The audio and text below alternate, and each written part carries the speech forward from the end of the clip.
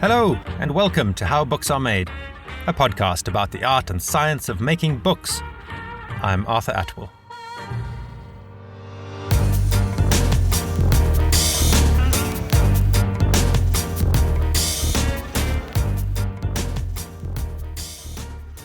There is no place more universally loved than a good bookstore.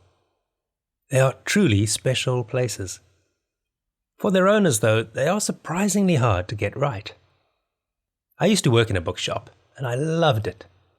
Even after I became an editor at a big publishing company, I kept working nights at the bookshop. Because the longer I worked there, the more there was to enjoy. There were book launches, there were money and marketing decisions to learn about, and of course, there was an endless supply of beautiful books we could borrow. And compared to my other student jobs, book-buying customers are the best. Once I even got to meet Nelson Mandela when he came in to buy a Mother's Day gift. Of course, the best bookshops are much more than books on shelves and a coffee bar. Behind the tranquillity, its tiny team is buzzing for 12 hours a day, liaising with publishers, distributors, authors, literacy projects, landlords, even local government, trying to build a community of people who will buy books and help others to buy books. No one exemplifies this energy and broad-mindedness better than Griffin Shea. Born in Louisiana, USA, and once a journalist with AFP, Griffin now runs Bridge Books in Johannesburg, South Africa, and the Incredible African Book Trust, a non-profit that gives African books to libraries and schools across South Africa. I know you'll enjoy meeting Griffin as much as I did. Griffin, I'm so pleased to get to chat to you today. Thanks so much for joining me on the podcast. Yeah, thanks so much for the invitation. This is fun. Before we get into book selling, I must tell you that you have already achieved one of my personal life goals. You've had Mark Hamill, Luke Skywalker himself, engage with your writing online. How did you pull that off? Yeah, it's sort of a shocker for me too. One of my freelance gigs, I used to do a lot of travel writing for CNN, and an assignment they gave me was to do places in Star Wars that you can visit in real life. Love it. So I had done a whole thing about Tunisia that I had pulled from like actual Star Wars official, documentation. And then Mark Hamill chimes in on Twitter once the story goes out to be like, actually, that's not the way it happened. We were actually here for this scene at this other spot. And he did so with absolute kindness and fun-lovingness and totally class act, But there's nothing like waking up in the morning and looking at your notifications and being like, oh, is that a fake account? Oh my God, that's a real account. That's fantastic.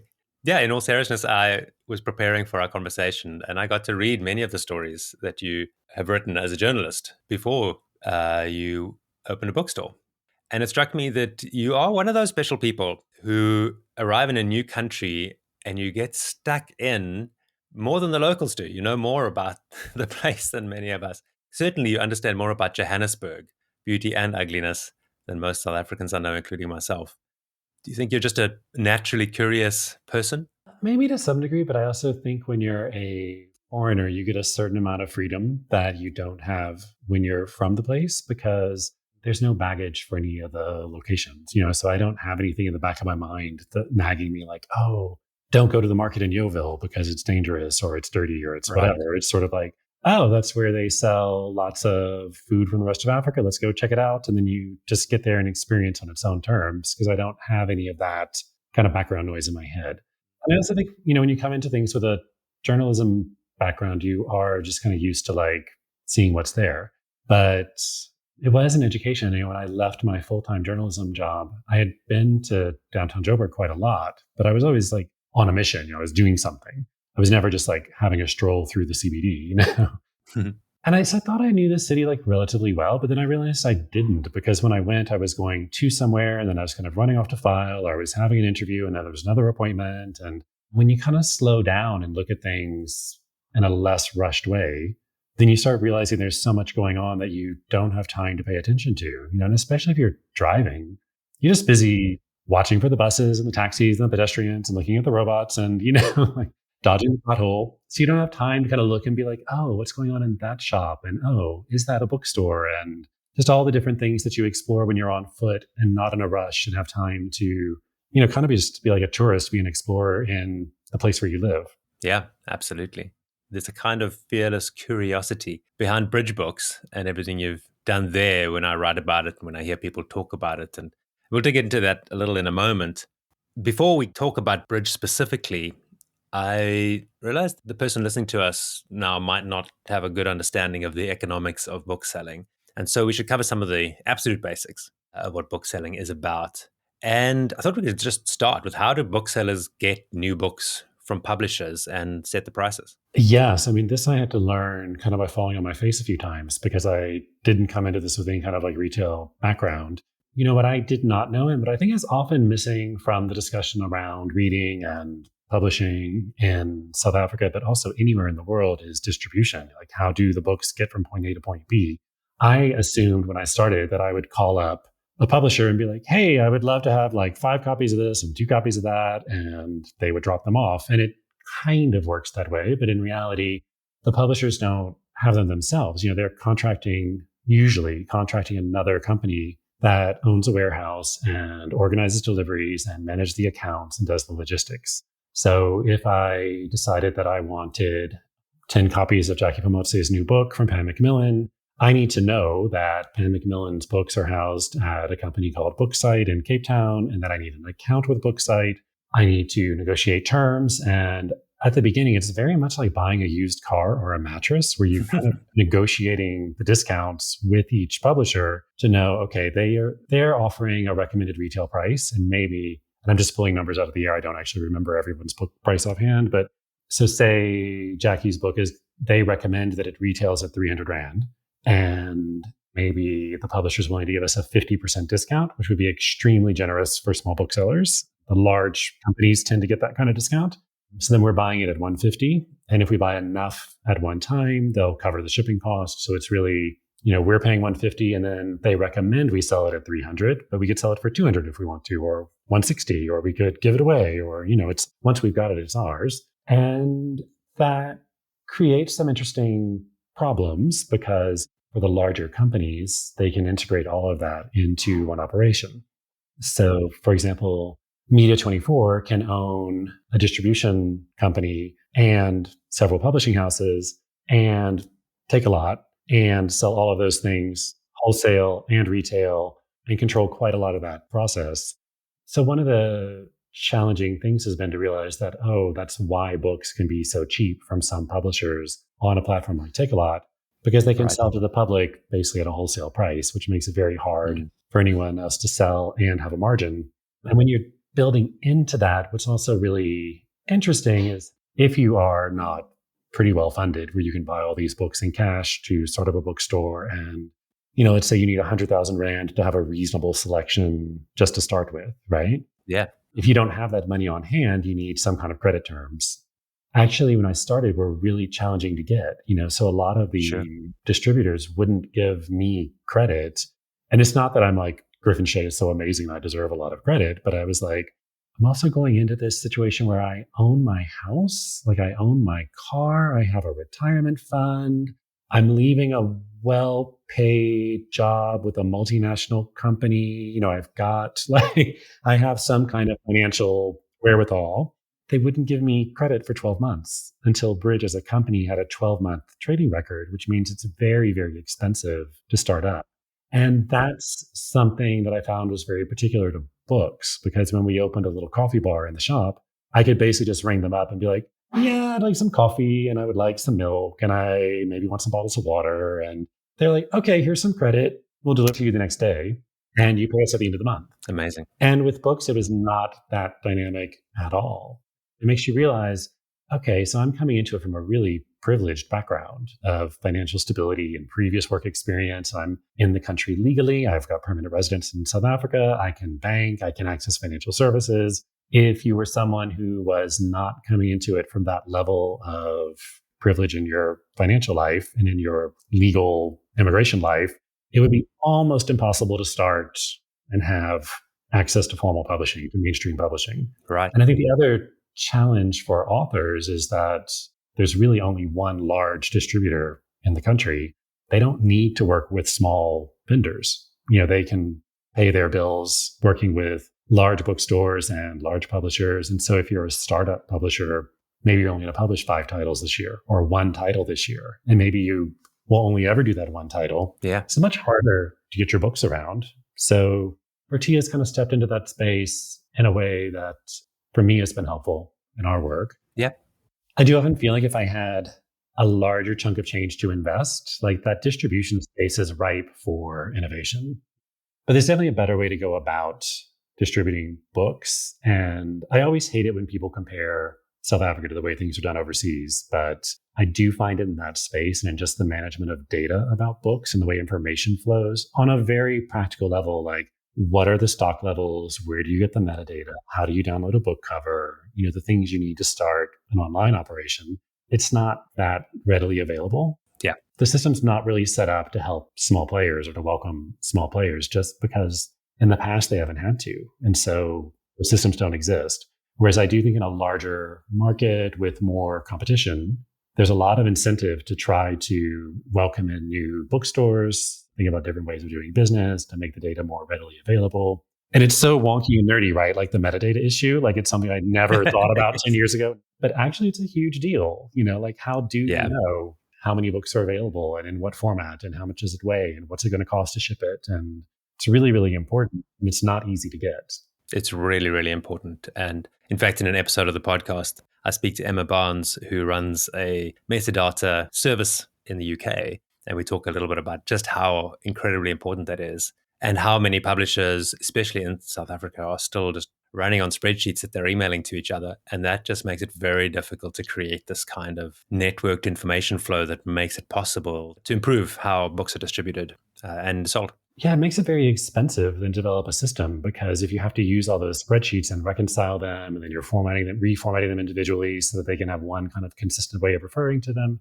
And it also creates a problem, I find, for multilingualism because the way people tend to get around it is by just not providing the metadata and even the very basic level, like the description of the book. If it was written in isiZulu, to have a description of the book available in isiZulu is not always available. Like sometimes we're sitting there writing it ourselves. Wow. And it's like, okay, so I accept that the book was translated, say, from English. But if you want someone who is a reader of isiZulu to buy it, why are you not telling them what it's about in the language you expect them to read it in? Like it's just very odd. Yeah. It is amazing how the plumbing of publishing really does have to work for bookselling to work as well. And all these pieces have to work together. And that said, I mean, I don't know that overseas either. There's not a great plug and play system. Like you do need a certain level of technical expertise and you do need, being able to integrate systems and be willing to dig into technical systems. But I think fair enough. Yeah. But when we download data on books locally, like we don't get the descriptions with it. We don't get cover images with it. We have to cobble all that together on our own. And probably there is someone, ideally someone listening to this would be great, who has an amazing idea about how to do that better. I just haven't been able to figure it out. Challenge accepted. Yeah, thank you. Of course, we've been talking about new books for the most part. How is selling secondhand books different? Because you're one of those rare booksellers that sells both, right? New and secondhand books? Yeah, absolutely. And partly that's because we do focus on African books. And a lot of times they go very quickly into the secondhand market because the print runs are small, because, all the reasons that we know, like there's often not a financial reason to do a large reprint. So if you want to have a copy of a book, even from 5 or 6 years ago, sometimes secondhand is the only place you're going to find it. I find the secondhand market's a little bit of a weird one in a different way, because on the one hand, you have people who are like, my granny's moving to the retirement village. We've got to downsize the house. Here is her collection of 1,000 books that we're actually happy if you will just take them away. Like they don't even want any money for it. Sometimes it's people who have a very, optimistic sense of what their secondhand books are worth.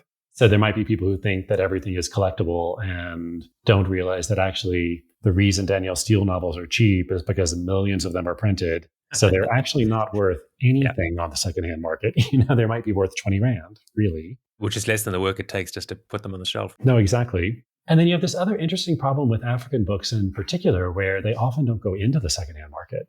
So it's really, really challenging to find them, particularly if it's written in local languages. Interesting. So I was actually down at Collector's Treasury this week, the giant multi-story secondhand bookstore in downtown Joburg that has, it is a treasure hunt. I get a tiny bit claustrophobic because it's like floor to ceiling books, just stacked everywhere. And there is a logic to it, but I need deep breaths.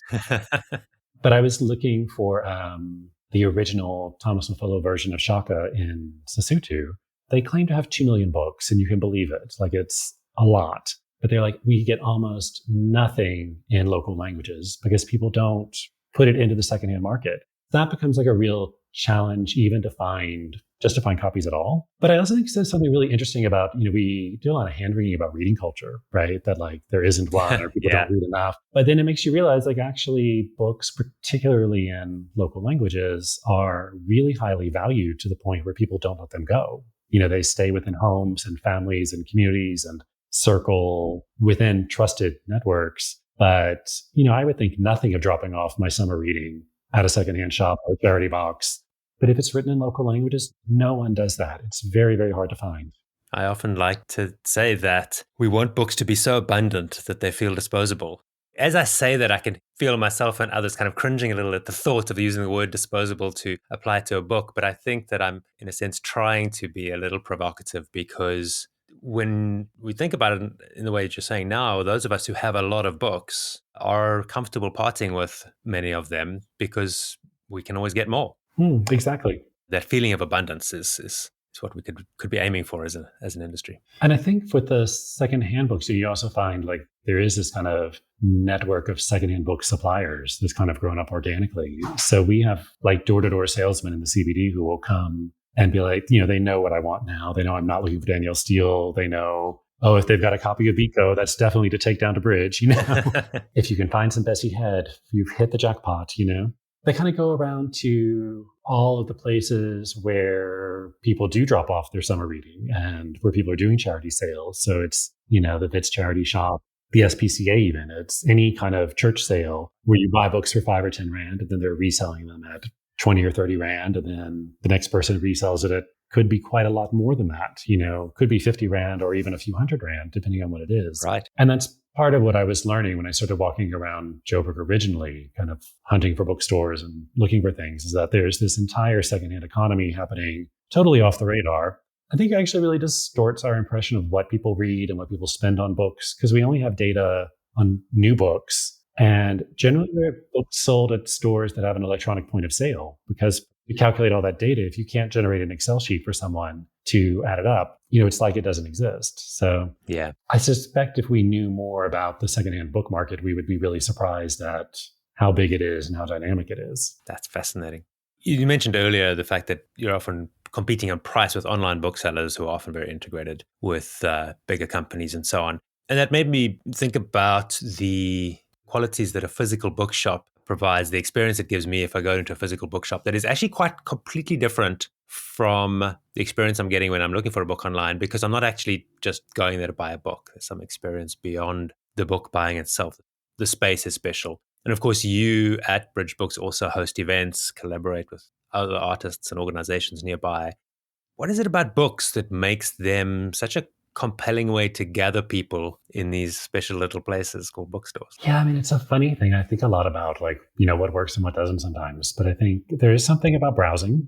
I think when you're coming in to a bookstore, if I do order books online too, even though I have access to books in many ways. But usually if I'm ordering online, I've got, I want this very specific title. Often it's not readily available and it's just much easier to order it online and have it arrive magically. And it tends to be very functional. It's very need-based. But I think when you go into a bookstore, there's the magic of browsing, kind of discovering something, and in a way that algorithms don't do, because usually, especially in an independent bookstore, it's being curated by somebody's personality, or kind of the evenness of the shop, And so, if you're coming to us, you're going to get, we're probably a little bit nerdier than average, a little bit more local books. Also things that we just enjoy, we don't do textbooks and things like that, so, which maybe we should, maybe we'd make more money if we were doing textbooks. But you kind of know it's kind of like engaging with another person. And ideally the booksellers have come to work in a bookstore because they like to read too. So you're able to have a conversation with someone and maybe they haven't read the book, but they've at least heard about it. And they definitely have read something recently that they're usually pretty happy to talk about.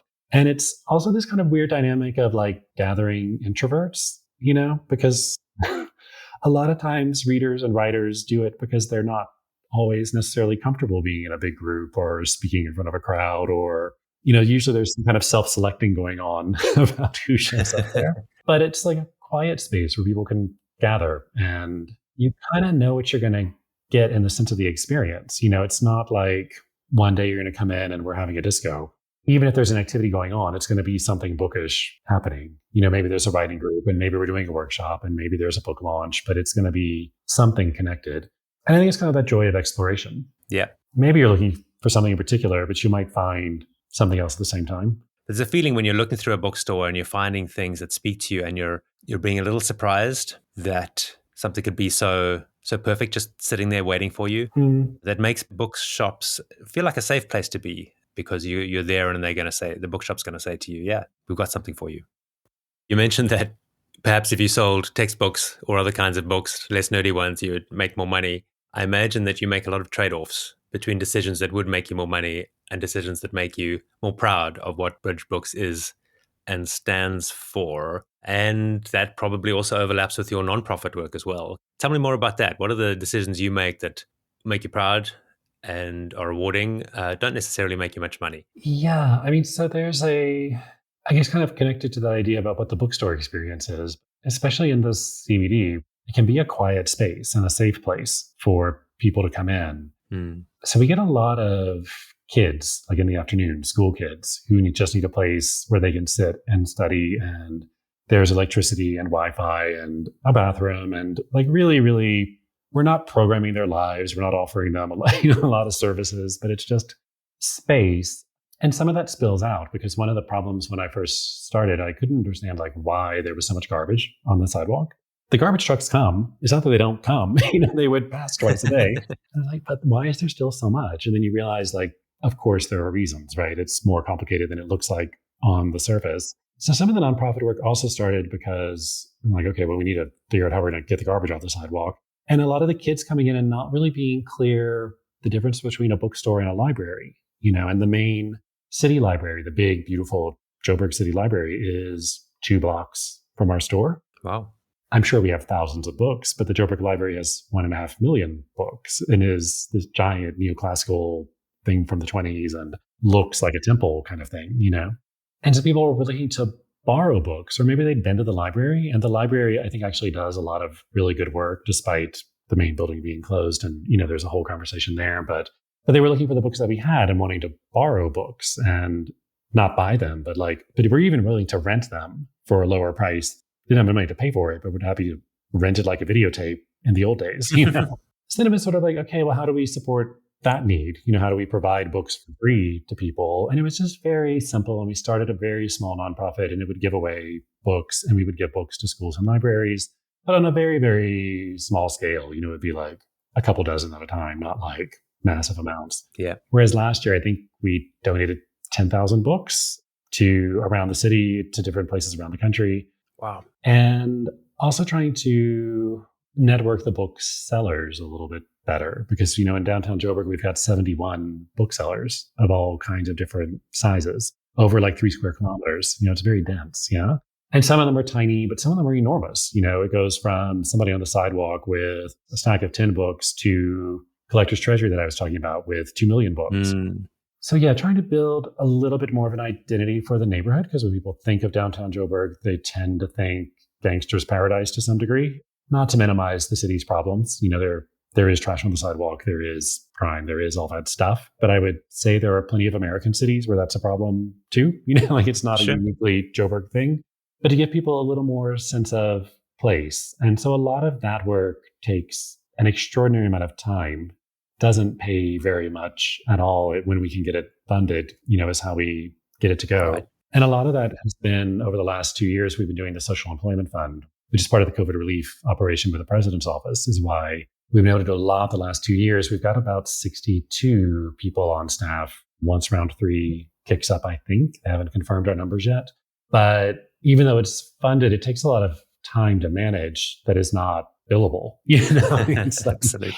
just kind of extra time. And it's a lot of bodies to take care of. But that's the way that we made a map of the neighborhood and marked out all 71 bookshops that we are printing and Amazing. posting around the sides. On the litdistrict.coza website, we've got the Google Map version of it so people can click through and get descriptions and figure out where they're going to find the bookstores. It's how we can run reading programs. We do at a school in Mayfair that does a lot of kids working in the informal settlement nearby, teaches a lot of them, and they let us bring in books for their reading program and do story time and things like that. And then we can kind of supplement what other people do. Like Massmart built these 2 outdoor libraries at community centers in Alex and Soweto. But they were kind of handed over to the community centers who don't have enough human resources, financial resources, to take care of it. But that's something that we can plug into and be like, okay, well, we can fill these up, like we can provide books in.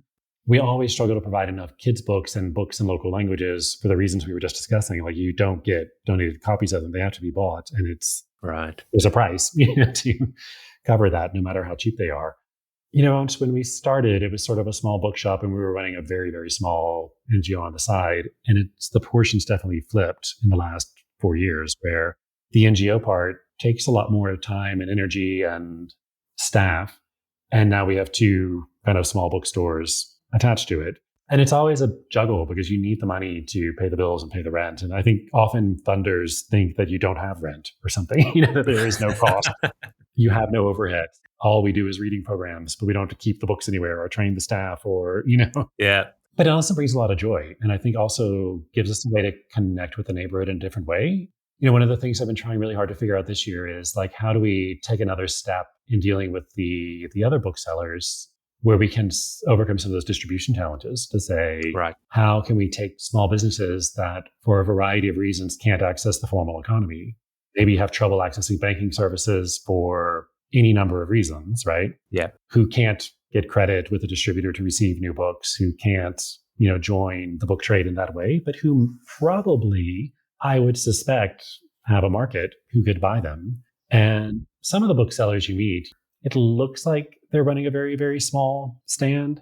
And then as you get to know them over the years, it's like, wait, you own your house and you own your car and your kids are going to a nice school and you're sending them to varsity and you're totally doing middle class off of this very modest looking operation. There's more to your finances than meet the eye. And yet you're still not able to access new books. Like, why is that? Yeah. So I'm not quite sure where the answer is. And part of it is banking services, and just seeing like, can they get a SnapScan, a Yoko, an Ikoka, some kind of like payments device where they could accept cards, and figuring out some kind of way to aggregate orders and have a payment cycle where, people know what they're going to get. Yeah, I think bookselling in particular has to rely on a lot of aggregation because you're dealing with a product that is quite fragile, that is quite heavy and expensive to ship around. And it's also coming from hundreds of different sources. Aggregation and streamlined data is really the only way you can make it work financially. Either that or you're doing a lot of late night spreadsheet wrangling. Yeah. And I think the outreach, one of our customers worked for Colgate, like toothpaste. Yeah. But her job was marketing in other African countries. So South Africa was not her turf. The rest of Africa was. One day she came in, she's having a cup of coffee. We're chatting about books and I'm like, hey, where have you been? And she had just gotten back from Kinshasa. And her entire job was to walk around the markets of Kinshasa and interview people about, well, like what kind of toothpaste is working for you? Is this tube too big? Is there a price point issue? Like if we sold it to you in a smaller tube at this price, would you be able to sell more? Do people like minty? Do they want their teeth whitened? Like all of these things. And it just blew my mind that was her job. And I was like, God, like if we walked around and asked booksellers, like, what are your hurdles? What are all your pain points, to use the lingo, right? And be like, well, if they were smaller format, would you be able to sell more? Like what price point is working for you? If we could get the price of a book down to 150 Rand, how many do you think you'd be able to sell like that? Does it need to be 40 Rand? Or do people really value it? And actually they're willing to pay 300 Rand, but you don't have access to the book because you don't have a bank account. Like where is the issue? And it just really made me think about it in a different, more practical way. And I think a lot of us come into books and publishing not from I don't have an MBA, like I don't know how this works. We don't have that mindset. So we kind of figure it out as we go. but probably we have maybe a larger community of people who would be very sympathetic to what we're trying to do, who actually Yeah. do know how to do that. Like there probably is a theory and a practice to it that could just be taught, you know? It strikes me that Bridge Books is an extreme example of something I think seems to be common to bookstores everywhere, which is that you can't get by just selling the books. You have to No. build a community. Do you think that is universal for bookstores, especially independent ones? Yeah, and I take a lot of comfort. We do these, one of our many side hustles is, we do these walking tours downtown to show people the other bookshops. At the corner of Commissioner and Rissick is where the original CNA started, the Central News Agency's first shop. And when they started in the 1800s, it was a trestle table and a metal shack and a sandwich board. Wow. That's how they did until the 20s when they built a tower. One of these kind of Art Deco numbers that's kind of fallen into disrepair, has a Home Choice kind of furniture store in it now. But if you look up at the side of the building, it has the old advertisement from when it was CNA, and it lists all the things that they did. So it's like booksellers, publishers, almanac specialist, fancy good dealers, which I'm like, what are fancy goods? And what were fancy goods in the 1920s? Like, Yeah.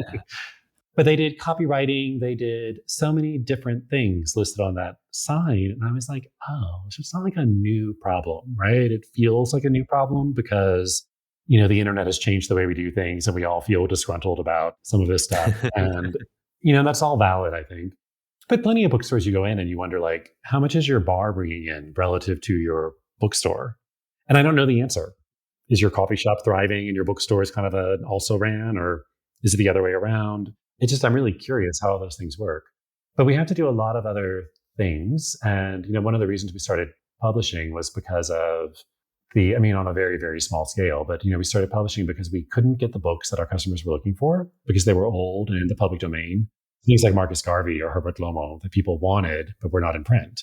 And because they were in the public domain, we were like, well, let's just make new ones, is a lot easier than trying to hunt down a secondhand copy that's going to cost us 2,000 Rand because none of them exist, Right. And also dealing with the challenges of publishing in local languages, where there's just not enough, like you just need more. And if we're a little bit in control of that, it's a way where we can sell it and cover some of the printing cost and have copies to give away. And I think there's a virtuous cycle there. Like I'm really hoping that is going to be. So much of this does seem to be feeding a virtuous cycle. It may even outlast our lifetimes in that you're growing readers and making it possible for people to find books, to enjoy being readers, and also helping put booksellers on the map, putting important African books back in circulation by doing the publishing work as well. A lot of this is seed planting that may take a very long time to bear fruit, but it's important and has to be done. And it's also growing the skills that are needed, because of, the historical context and censorship and all the things. Like there's not a deep pool of people who are really capable translators, editors, particularly in languages that are less widely spoken. In isiZulu, you can put the word out and find somebody, but if you were trying to do it in Jivenda or something, it gets a lot more challenging quickly. While there are people that it's not an industry, in the sense that there's not a lot of choice and, it's not easy to think of someone. Yeah. And it does exist. And it's also been interesting that, as we get to know the booksellers better, one of the bookshops in the neighborhood downtown is the oldest bookstore in Joburg. They started in 1920, third generation business. He carries a lot in local languages. And I was chatting with him and he was kind of going into this reading culture conversation. I was like, oh God, I'm not in the mood for this hand wringing, And he's like, no, it's just like in Venda, we just don't sell as many books as we used to. And I was like, really? Did you used to sell a lot of books in Venda? Because I personally don't. It's like one of our less popular languages, right? Mm-hmm. He was like, yeah, there used to be a lot of mine workers who would pass through town and they would be in the neighborhood because they were getting on buses to go out to the mines and they would come and buy books from us to take with them. And we would have Venda authors who were working in the mines to pay their bills, and they would come and sell us the books that they were writing. And there was this whole reading culture happening in Venda. And I'm like, I have never heard that. This is completely new information to me. Fascinating. That's amazing. Also, it just raises all these questions like, where did those books go? And I'm sure, like we were saying earlier, they're in homes in a place of honor over the mantle in the china cabinet somewhere. But just like hard to figure out like where all of that knowledge went, and how do we rebuild it and make it, again, so there is a network of people. So you can go like, hey, here's the Translators Guild and a list of qualified people in all these different languages. I mean, that'll all take time. But yeah, I think it is seed planting. You're right. One of the things that you've been involved in, talking about growing and supporting the industry at large, is that you've chaired the judging panel of the Sunday Times Nonfiction Award, which is perhaps South Africa's most prestigious nonfiction award. When you're doing that work, how much are you thinking like a bookseller, like a reader, like a journalist? Do those sides of you have different priorities as you're weighing up the books? Yeah, it is funny. I think, they asked me to do it twice, which is like a great honor, but also like surrendering all of your spare time for like 3 months to read all of those books. Huge. But I do think people coming at it sometimes from a more literary or academic background want to give a lot of time to each one. And I go into it much more of a like, who are we going to hand this to read and tell them what it's about, And then part of the criteria for that particular award is the elegance of the writing, is in the criteria that it's meant to be an elegant book, in addition to truthful and speaking truth to power and all those other very important things.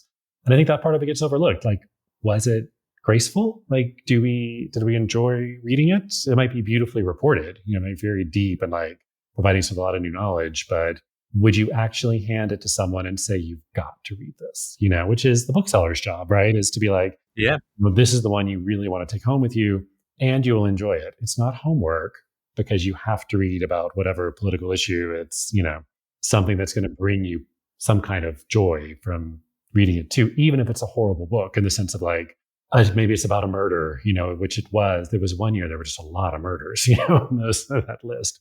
But sometimes the telling of it is so like heartwarming too, because of the way the writer's gone about it, I think about like Andrew Harding. Andrew Harding did These Are Not Gentle People, where it's like you're getting to know everyone in the town and the crime is horrific, but you leave it feeling like, oh, I've like really like learned this place and the language is really lovely. And it's, not just a crime procedural. As we wrap up and thinking back on your friend walking through the market asking about toothpaste, what would you like to be selling more of at Bridge Books if there was more of it to sell? I've been thinking a lot about middle grade, like kind of the books that we graduate kids to when they're too old for a picture book, but they're not quite ready for, like my novel is more older kids. I wrote this book, The Golden Rhino, and that we need to be more 13 to get into, but there's that gap there where you need like a Lemony Snicket, a Magic Treehouse, you need a something. When I started Bridge Books, we had a real problem getting picture books that had any children of color in them at all, and particularly that were in local languages. And that it's been really gratifying to see, like in 8 years, huge change, I think, like truly huge change. Fun books, and it also used to be like they had to be about Nelson Mandela or they had to be about some like dreadfully serious, like, like something. And now it can just be about like going to get your hair done. Right. But I think middle grade that's really fun. Like kids want mystery and to some degree they want fart jokes and they want princesses and dinosaurs and dragons and monsters and, just the David Walliams of South Africa, I suppose. Yeah, like something middle grade, 10 short chapters, lightly illustrated and super fun. Things that kids ask their parents to buy as opposed to things that teachers make those children read. Absolutely. I love the idea of getting children to ask their parents to buy them things that are actually good for the kids as well. Yeah, exactly. Yeah, my theory on it has actually been like, but I think there's not enough research on it to work from, but to figure out like kind of African knights, knights with a K. Right. Kind of old pre-colonial, who were the warriors, who were the adventurers, who were the explorers, not just South Africa, but to think about like Mali and Ethiopia and all the old kingdoms. And that would be fun. And I think kids would be into that. There's a way to give it kind of ninja treatment, but have it be local. Well, I hope it's not long before you're selling something like that Hanover first at Bridge Books. This has been really, really interesting. Thanks so much, Griffin, for spending some time with me. Yeah, thanks so much. I really had fun. This episode was edited by Helen LaRue and researched by Emma Sacco. How Books Are Made is supported by Electric Bookworks. where we develop and design books for organizations around the world. You can find us online at electricbookworks.com.